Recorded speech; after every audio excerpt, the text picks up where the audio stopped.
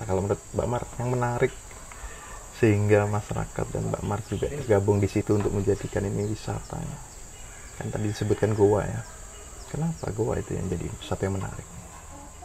Kalau di tempat lain kan kayak pesisir pasti ya mereka punya keunikan tersendiri. Kalau kita punya ya daya tarik tersendiri lah tentang goa. Karena di Merabu, khususnya di Kabupaten Berau kan yang punya goa prasejarah telapak tangan cuma ada di Merabu. Jadi itu yang memang kita upayakan kemarin, bagaimana caranya supaya bisa untuk income-nya masyarakat Merabu sendiri lah gitu. Goa prasejarah kalau menurut Mbak Mar, pandangan Mbak Mar sendiri tentang prasejarah ini seperti apa ini? Sehingga ini, wah ini menarik ini. Ya, menarik di satu sisi memang ya dia punya keunikan karena di tempat lain banyak sih goa di Merabu nih, cuman yang unik itu Goa Bloyot punya telapak tangan, punya lukisan-lukisan indah itulah. Yang bersejarah memang kita lihat dia unik. Ada hubungannya dengan masyarakat di sini tentang goa prasejarah itu? Iya ada. Itu ceritanya kan wanita cantik dulu ceritanya. Banyak rebutan sama dia, akhirnya ikut ngungsi sama orang tuanya di goa. Namanya tuh Bunga Inu dulu nggak salah tuh ya. Jadi wanita itu cantik, banyak yang suka sama dia. Tapi wanita itu tidak menyukai, akhirnya dia sembunyi di goa itu. Dia meninggalkan supaya orang tuanya dapat menemukan dia, jadi dia tinggalkan goa telapak tangan itu. Jadi orang tuanya kalau nyari dia dengan cara itu aja. Oh. Iya, begitu cerita. Iya, begitu sejarahnya. Dia dari mana itu cerita itu? Iya, Bunga Inu namanya dulu ya. Bunga Inu itu cerita itu diperoleh dari Mbak Mar sendiri, dapatnya dari mana? Dari orang tua dulu memang. Orang tua dulu. Iya. Kakek atau sebelum itu ceritanya? Iya, dari kakek nenek kami dulu pokoknya. Oh, dari kakek nenek. Awal mula dari goa telapak tangan itu. Telapak tangannya. Kenapa dia ada di situ? Ya sejarahnya begitu. Oke. Kenapa dia Goa Bloyot? Karena di situ dulu tempat goa asam, namanya asam Bloyot dulu tuh Pak. Dia kayak kelapa gitu, kecil daripada kelapa. Dia asamnya kuning, manis gitu. Akhirnya dijadikan nama. Iya. Di areal goa itu dulu banyak pohon goa Bloyot. Bloyot itu. Itu jadi sesuatu yang menarik, unik, tidak ada di tempat yang lain gitu ya. Iya. Terus kemudian dikembangkanlah pariwisata ya, dibentuk pariwisata. Pada saat mengawali pariwisata itu, melihat keunikan itu, apa ini juga dipahami oleh semua teman-teman? Awalnya sih tidak. Awalnya masyarakat memang belum paham. Tetapi kita melihat sisi Merabu kan tidak ada perusahaan, tidak apa. Bagaimana supaya kita ini punya menambah peningkatan ekonomi lah masyarakat walaupun dia tidak banyak. Tetapi kalau misalnya dapat ada tamu guide kan dapat sudah. Jadi itu yang kami pikirkan kemarin. Walaupun dia tidak banyak, tetapi kita pikirkan supaya bisa jangka panjang gitu. Ide itu dari mana itu, Mbak Mar? Ide itu kalau kami melihat kemarin dari ini perusahaan sarang burung walet nih. Dia itu kan per paket. Ada yang paket 400, ada yang 700 gitu. Jadi kami pikirkan dari situ sudah. Sedangkan itu kan tamu berdatangan, mereka pengen lihat Merabu, oh ya. Jadi kita cari solusi sudah di situ. Kita rembukan gimana caranya, oh ya. Jadi kalau ada tamu, budgetnya sekian, yang nganter sekian, kalau dia barangnya lebih dari 15 kilo, kita paketkan. Gitu dulu ceritanya. Nah, mengawali awal-awal pariwisata dulu, melihat goa apa segala macam kan sebelumnya kan ya, oh ya goa itu ada telapak tangan, ada keunikan, keindahan danau juga. Terus tiba-tiba jadi pariwisata dulu, gimana ceritanya itu? Nah di satu sisi orang nggak pernah melihat Danau Nyadeng itu nggak pernah keruh, walaupun hujan bagaimana, terus dia punya daya tarik lagi. Sekitar 20 meter itu ada trek naik ke atas puncak Ketepu. Nah jadi kami coba-coba rancang dulu bersama dengan teman-teman yang lama, gimana nih kita paketkan dari dermaga ke Goa Bloyot, perjalanan sekitar 20 menit, terus dari dari Danau Nyadeng ke trek Ketepu itu 20 meteran aja. Saya masih penasaran di masyarakat di Merabu ini, dari masyarakat yang sebelumnya tidak mengenal pariwisata, tiba-tiba ada kegiatan pariwisata gitu. Ide itu datangnya dari mana? Ya pertama kami begini, bagaimana supaya kita coba survei dulu, wawancara. Kita mau enggak punya sawit misalnya gitu. Oh kami susah nanti kalau cari obat. Nah begitu dulu awalnya tuh. Kami mau nanti kalau istri kami melahirkan atau berobat, kami pengen ketika kami jalan ke hutan sebentar dapat obat. Kalau ya mohon maaf, kalau teman sebelah kan kalau sudah cari obat tuh kesulitan sudah cari obat di hutan. Obat herbal lah. Jadi itu yang kami pikirkan kemarin. Ya kita biar aja hidup sederhana, yang penting ada jangka panjang berkelanjutan gitu kan. Jadi kami pikirkan oh ya dah kita harusnya cari yang bisa mendapatkan masyarakat juga dapat timbal balik, terus di bawah naungan ini kemarin hutan desa juga kan.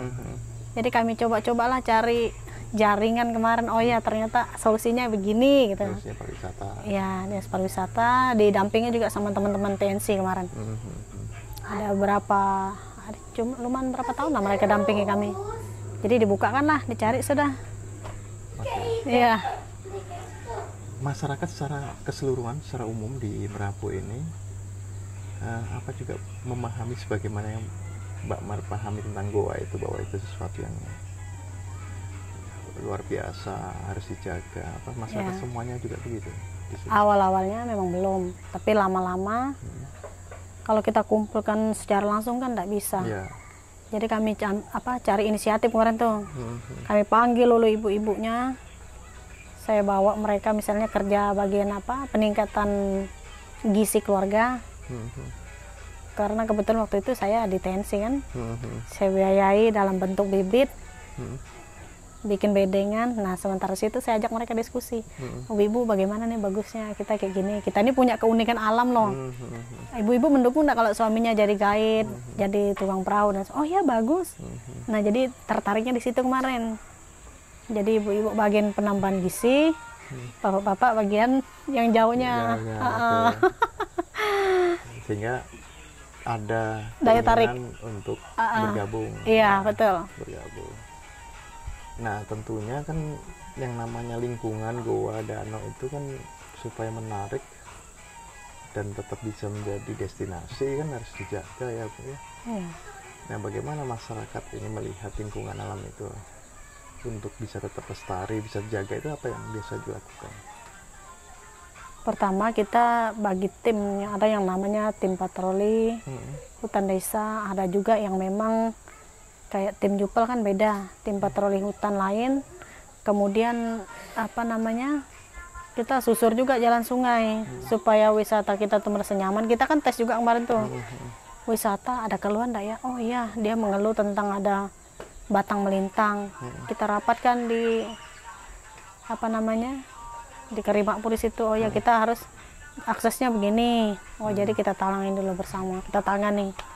Kalau untuk masalah menjaga kelestarian lingkungan, untuk menjaga kelestarian itu memang kita bawa terus sih pertemuan-pertemuan Pak, memberikan pemahaman-pemahaman sama masyarakat itu. Kita tidak bisa memang satu paket perempuan laki-laki, tidak bisa. Kita memang bawa dulu ibu-ibunya lain, bapak-bapaknya lain. Jadi masing-masing kita beri pemahaman. Kalau begitu mereka lebih paham. Kalau kita gabung mereka jadi satu, agak kesulitan. Jadi alternatif itu yang memang saya lakukan waktu itu. Jadi ya puji Tuhan berhasil. Masyarakat sederhananya, masyarakat di sini di Merapu peduli dengan lingkungan yang ada di sekitar sini. Kalau peduli sih ya Pak, karena pernah tahun 2000 berapa itu ada terjadi kebakaran. Rame-rame juga bapak-bapaknya ke sana. Nah, terus kalau kami ibu-ibu lihat ada yang di pinggir jalan, kalau kami dapati, kami matikan juga tuh api. Jadi sama-sama menjaga lah kami, karena intinya kami itu Pak, tidak mau kehilangan yang namanya obat herbal kami. Ya. Apa saja itu obat-obatan itu?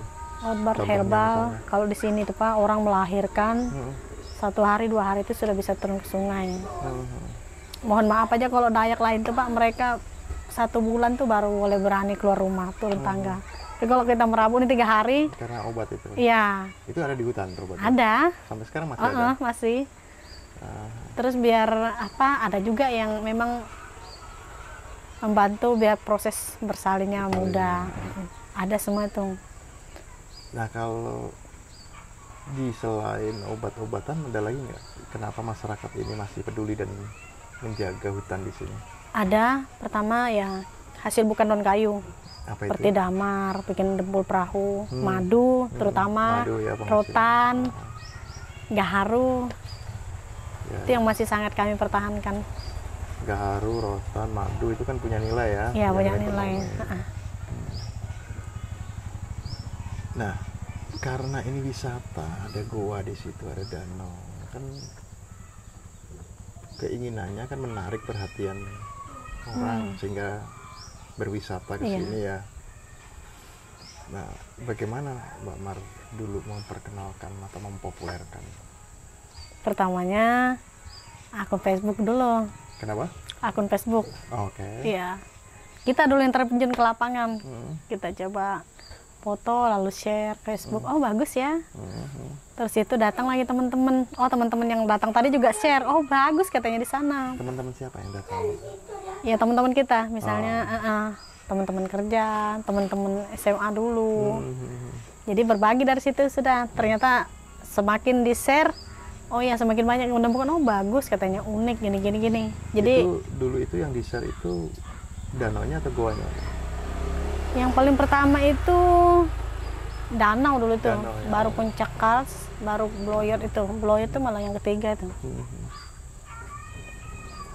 Mbak Mar bisa mengetahui bahwa Kars Gunung Batu Goa itu daya tarik itu sejak kapan? Tahun 2013 itu sudah. Bahkan sebelumnya ketika itu kan jalur ke Goa ini juga Ranggasan. Jadi ketika orang ada di sana katanya dia merasa beda katanya di sana, di atas sana. Setelah saya coba juga, iya wow banget. Jadi mau menemukan kepuasan tersendiri lah Pak. Nah, kepuasannya bisa melihat apa ya, pemandangan. Ikatan masyarakat yang paling kuat dengan gua apa, Mbak? Goa. Yang pastinya ya sarang burungnya itu pertamanya kemarin ya. Kemudian kalau yang ternyata enggak sedikit banyak juga ditemukan peninggalan-peninggalan bersejarah di dalam itu Pak. Kayak Goa, kayak Manik. Awalnya justru karena sarang burungnya. Iya, itu yang paling menarik sebenarnya awalnya tuh. Awalnya dari ekonominya sarang burung. Terus kemudian ada kesadaran untuk melihat ini juga peninggalan prasejarah nenek moyang. Iya. Unik, baru bergerak di wisata begitu ya. Di saat mengembangkan pariwisata untuk burung yang ada di dalam goa itu ada terjadi apa ya? Kan di satu sisi diambil nih burungnya. Sarang burungnya maksudnya. Diambil di sisi yang lain, ini goanya harus dipelihara nih, harus dijaga nih. Ini gimana nih cara mengaturnya? Ya, yang pertama harus jaga goa karena kami orang Dayak inilah, terutama kami itu cinta air bersih namanya. Karena itu kan kami meyakini bahwa kalau goa-goa itu terjaga pasti air kami juga akan bersih. Sumber mata air kami akan bersih. Oh gitu, karena itu ya awalnya ya. Nah, terus untuk saat ini dalam pengembangan wisata yang paling dibutuhkan apa Pak? Yang paling dibutuhkan ya yang pastinya kami menjaga tempat destinasi yang memang kami sudah pilih untuk wisata. Jadi terus kami bilang ya kita harus sama-sama menjaga. Kalau ada tamu kita arahkan begini. Jangan sampai ada yang mengambil merusak lah. Istilahnya seperti itu. Kalau ada tamu biasanya menghubungi dulu atau langsung datang? Menghubungi. Menghubunginya ke sekretariat itu? Iya, ke sekretariat. Lalu ngurus administrasinya bagaimana, dia maunya berapa hari, dia mau kemana tujuannya, itu akan diatur nanti sama sekretariat. Oke. Jadi sudah ditata. Sudah. Yang ngajarin dulu siapa Mbak? Gitu-gitu. TNC sih pertama. Yang ngajari menata ini. Iya, TNC. TNC. Kalau masyarakat adatnya sendiri dengan hadirnya pariwisata ini bagaimana? Kalau yang saya lihat sih anteng-anteng aja. Karena di sini memang adat terlalu monoton, kan nggak terlalu kuat. Adatnya tidak terlalu. Kecuali dia ada apa namanya melakukan pengrusakan, itu baru adatnya bergerak. Oke. Misalnya perusakan terhadap lingkungan ya? Ya, hutan. Betul. Gitu ya? Ada perambahan, ada perusakan terhadap lingkungan. Adat bergerak. Baru adat bergerak. Kalau ritual-ritual adat masih dijalankan sampai masih saat aja ada. Kayak orang yang mau nikah adat misalnya hubungi adat. Kemudian mau melakukan tolak bala atau apa. Masih ke adat. Masih. Ya? Nah, sepanjang pengetahuannya Mbak Mar, ritual-ritual adat yang dijalankan ini ada hubungannya dengan goa itu nggak ya? Kalau itu sih, kecuali kalau dia mau masuk ke dalam, dia minta misalnya tolakan balak saya Pak, saya masuk ke Goa Bloyot, saya nggak mau nanti diginikan, ganggu misalnya. Gitu. Baru kita ritualkan dari kampung sini ritualnya. Jadi katanya di situ ya, Iya. Jadi ada penghormatan. Ya, ada penghormatan ke goa supaya nanti tidak ada. Ya. Hal-hal yang tidak diinginkan lah kira-kira gitu ya. Ya. Sehingga ritual itu dijalankan. Ya, persis seperti itu. Karena di goa itu dulunya menurut ceritanya adalah nenek moyang ya, dulu ya apa bunga inu ya, nenek moyang gitu. Seberapa tinggi penghargaannya masyarakat terhadap cerita-cerita nenek moyang itu ya? Sehingga kalau biasanya kan kalau ini dulu sejarahnya begini ya, sehingga itu benar dijaga gitu. Kalau di sini masyarakatnya gimana? Kalau kami menjaganya dengan cara itu tadi. Kalau kami kan tidak mungkin merusak. Kami sangat harga itu. Nah, tetapi orang luar nih, terkadang kalau orang luar, kalau dia mau ngepasin jarinya, terkadang ada yang memang paham, ada yang memang tidak paham. Jadi kalau yang paham itu bilang, jangan disentuh. Itu peninggal nenek moyang kami nanti rusak atau apa. Biasa hal-hal itu yang kami lakukan. Kalau orang sini paham ya? Iya, paham aja kalau orang sini. Kalau orang luar itu yang dikhawatirkan tidak paham. Iya, kalau orang luar tidak paham ya kan. Ya. Terus kaitannya goa itu dengan kegiatan-kegiatan wisata itu benar-benar jadi unggulannya atau memang lebih daripada itu tempat-tempat yang lain, misalnya sungainya, danaunya? Kalau kami orang Lebok ini sih tidak terlalu itu Pak dia. Kalau misalnya kayak Bloyot kan harus ini spiritualnya ini. Enggak juga. Dia bisa dilakukan di sini. Kami izin dari sini.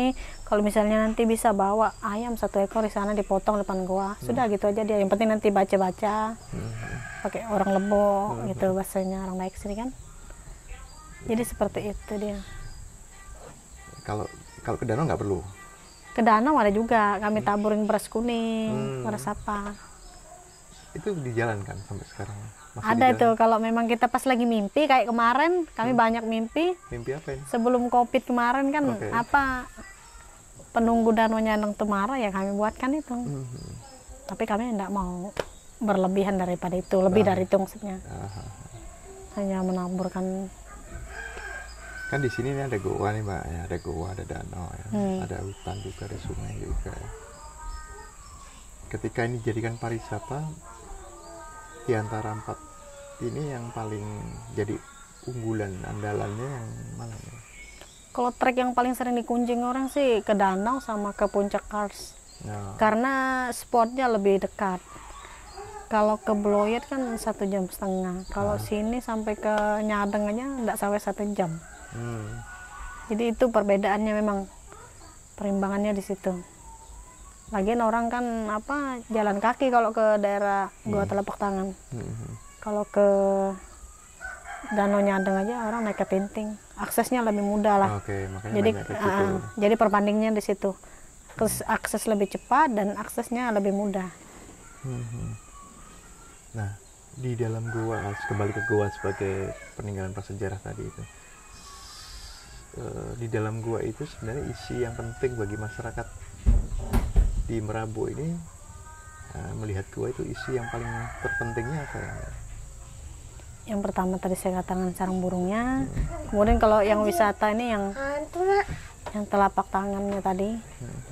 Jadi itu kan menurut kami itu sesuatu yang unik yang memang kami miliki, itu yang memang betul-betul kami harus jaga karena di tempat lain itu Pak tidak ada. cuman kita aja loh yang kayak gini. Jadi ini sudah tugas kita bersama. Kalau kita mau berkelanjutan jangka panjang, kita harus jaga sama-sama. Kalau memang kita mau pendek ya, itu kita pikirkan bersama lah. Jadi kita kemarin memotivasinya seperti itu, Pak. Ya. Ya, jadi senang juga masyarakat memang bersedia membantu hal itu kan. Ada sarang burung, ada peninggalan prasejarah di selain itu ada isi yang menarik lagi di dalam gua itu. Apa namanya, rembesan batu itu, nah apa namanya tuh? Stalaktit itu ya. Iya, dia kayak menyerupai salju ya. Jadi kita bilang gini, walaupun kita tidak ke benua yang bersalju, kita bisa melihat ini di sini. Banyak gitu. Banyak, Pak. Gua Bloy kan di atasnya, di bawah Kabila tuh, Pak. Ada namanya di bawah. Oh, mungkin Bapak pernah ke sana belum? Belum, saya belum pernah. Ada namanya Gua Kabila, Pak. Di situ kayak banyak tetesan, bukan banyak, memang ada. Jadi dia bisa menggunung, dia terbentuk sesuai memang apa ya? Ya, teksturnya dia lah. Sesuai dengan alamnya ya, alam yang mau gitu ya. Nah, yang terakhir nih Mbak Mar, ada sisi yang unik dan menarik tentang gua, yaitu bagi masyarakat ya ini ya, bukan bagi orang luar ya. Bagi masyarakat adalah ada sarang burungnya menghasilkan nilai ekonomi ya, terus ada peninggalan prasejarahnya sebagai kebanggaan, di tempat lain tidak ada, tapi sekaligus dengan pariwisata juga punya nilai ekonomi. Dan sama juga ada tadi rembesan atau tetesan tadi ya, stalaktit tadi ya. Kalau untuk faunanya lah, di dalam gua atau di sekitarnya itu ada sesuatu yang unik gitu? Ada, dia itu Pak beda. Kalau ular dalam gua sama ular di alam liar gini beda dia. Itu beda ya ularnya? Iya, saya pernah ikut ibu-ibu, bapak-bapak cari pupuk di sana kan. Nah itu keunggulan juga kemarin tuh. Ternyata kotoran-kotoran hewan apa namanya itu kelelawar tuh pupuk bagus untuk tanaman. Nah, diambil itu? Iya diambil. Jadi ketika masuk ke dalam kami ketika melihat senter, wow ularnya macam-macam warna. Ternyata kata mereka ini ular goa Bu Mar. Kalau yang ini tidak ada di luar. Oh gitu saudara. Itu kan. Oke, jadi ada keistimewaan di dalam goa itu ya. Iya. Ini masyarakat paham tentang keistimewaan itu. Iya, paham. Bahkan mereka jauh lebih paham dari saya. Saya bahkan waktu itu tahun 2013 tuh saya baru paham, Pak.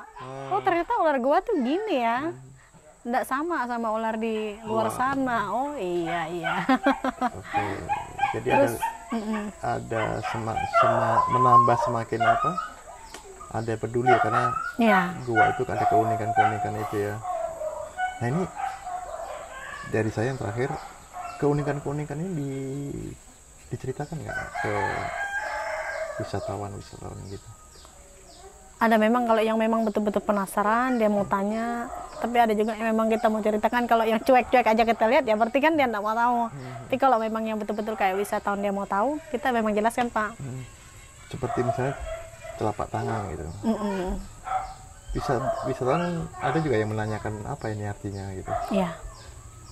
Biasanya penjelasannya bagaimana kalau ada pertanyaan seperti ini? Kalau jupel itu sebenarnya sebelum berangkat, jauh-jauh hari sebelumnya memang kita sudah sampaikan begini-gini. Hanya mungkin daya tangkap dan pemahaman orang yang berbeda-beda. Tetapi kita berusaha untuk memberi mereka pemahaman supaya nanti ketika ada wisatawan datang bertanya, mereka bisa menjawab setidaknya kan. Jadi begitu. Nah, kalau menurut Mbak Mar sendiri, sepengetahuannya Mbak Mar sendiri, arti atau penjelasan dari telapak tangan tadi, bunga induk tadi ya, bunga induk, makna atau arti dibalik itu ada nggak? Bunga induk tentang cap tangan itu, sejauh yang disampaikan sama kami itu aja yang kami sampaikan. Untuk tidak lebihnya tidak ada. Nah, karena Mbak Mar juga di pendidikan ya, keunikan lingkungan di Merabu, ada gua, ada danau, gua batu dan seterusnya, itu diajarkan di anak-anak? Ada. Seperti apa itu? Contohnya kalau kami misalnya lagi outbound, kayak apa namanya, acara Sabtu Minggu. Ada juga sekali-sekali kan bawa mereka ke sana, kayak kami ke Danau Nyadeng kemarin. Mereka murid-murid bertanya, Bu, kenapa danau tuh kok gini? Ya kita jelaskan. Ya. Kemudian, Bu, ini batunya kok tinggi sini, batu apa namanya? Kita jelaskan. Jadi ada memang trek-trek yang memang kita, misalnya kita murid kita 60, kita butuh sampelnya 30 gitu. Tapi yang besar-besar kita pilih. Kita bawa mereka, kita jelaskan alam. Oh, ini pohon ini fungsinya untuk ini. Jadi mereka kan daya tangkapnya lebih cepat. Mereka bahkan jauh lebih paham itu, Pak. Kalau itu bicara tentang lingkungannya ya. Kalau bicara tentang kesejarahan goa sendiri, ada telapak tangan itu juga diajarkan ke anak-anak generasi berikutnya. Oh, kalau yang baru ini belum, yang kemarin aja kami sampaikan. Oh, yang kemarin. Jadi kalau anak-anak tadi, anak kecil tadi belum tahu ya. Belum. Ya, saya kira itu Mbak Maria yang ingin saya tahu tentang gua dan lingkungan di Merapu ini, pengembang wisata yang ada di sini. Oh ya, satu lagi terakhir, kedepannya harapan untuk pengembangan wisata seperti apa, Mar? Ya, kalau saya sih secara pribadi berharap Merapu itu tetap mempunyai jangka panjang lah, bukan jangka pendek kan. Walaupun kita enggak seperti apa kehidupan kita, tetapi masyarakat juga bisa mendapat penghasilan dari apa yang sudah dihasilkan alam kita seperti inilah, seperti keindahan Bloyot, Danau Nyadeng, hal-halnya seperti itu bisa berlangsung jangka panjang ya, bisa menambah kebersamaan juga. Karena kan kita gilir, Pak, kalau kami sistem di sini. Misalnya datang tamu 30 orang, oh keluarga ini ya yang bawa, guide-nya ini, datang lagi minggu depan tamu ini, oh minggu depan tuh giliran tamu ini, gitu kami baginya. Jadi untuk pemerataan. Ya, untuk wisata ini kami benar-benar melakukan pemerataan, kecuali memang yang betul berhalangan atau bepergian, atau memang dia lagi tidak mau. Itu sudah ditata semuanya ya? Sudah. Sama juga rumah-rumah kan? Ya, untuk homestay sudah kami atur semua. Gilir masaknya juga ibu-ibu gitu, bapak-bapaknya juga yang bawa, kecuali kayak Jupel ini memang sudah diminta dari BPCP kan, memang khusus Jupel ya. Saya sampaikan ke Jupel memang kemarin. Ya, terima kasih ya, Mbak. Ya, sama-sama. Untuk keterangan-keterangannya, wah menarik keterangan-keterangan.